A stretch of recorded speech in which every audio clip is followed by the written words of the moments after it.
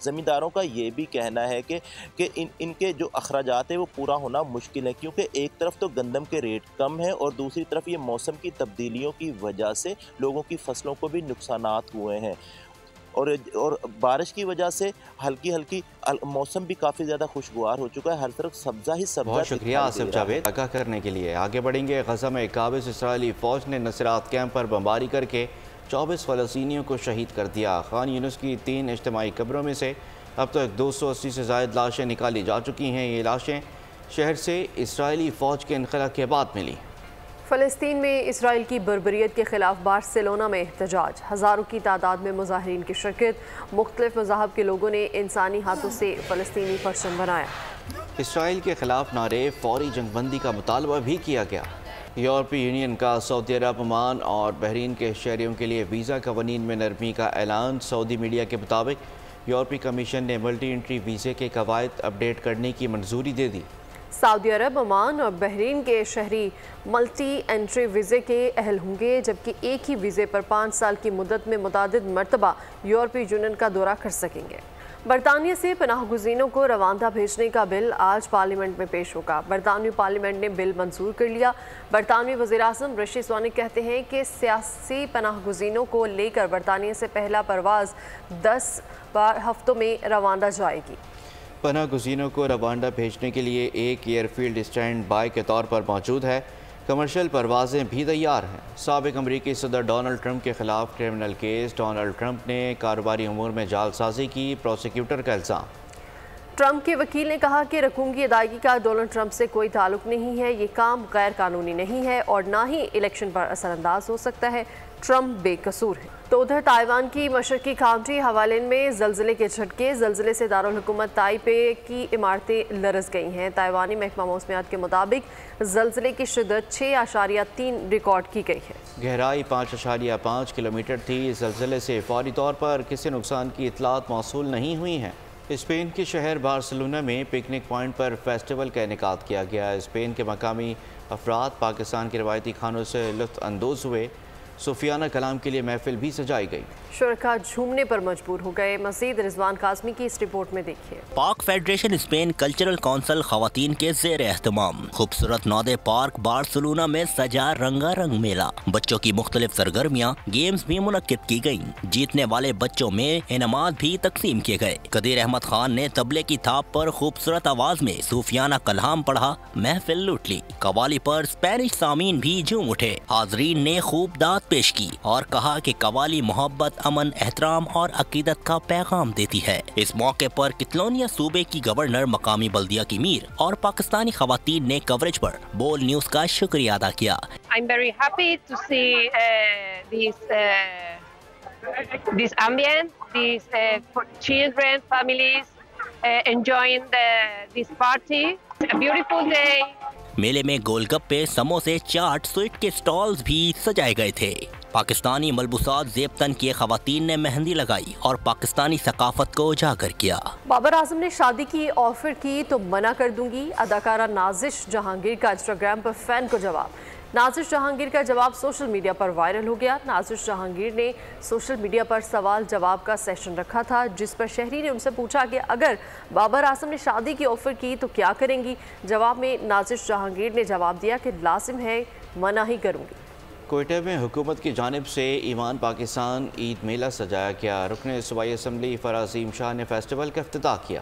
شہریوں کی بڑی تعداد نے شرکت کی۔ مزید اس بارے میں جانیں گے سدرا عارف کی اس رپورٹ میں۔ عوام کو معیاری تفریح فراہم کرنے کے لیے حکومت بلوچستان کا احسن اقدام۔ کوئٹہ میں ایمان پاکستان عید میلے کا اہتمام۔ لیاقت پارک میں سجے فیسٹیول میں مزیدار کھانوں، دستکاری اور دیگر اشیاء کے سٹال سجائے گئے۔ صوبے بھر سے لوگوں کی شرکت، خوشی کا اظہار۔ حکومتی اقدام کو خوب سراہا۔ Okay, so I came here because it's an event for women and for the youth.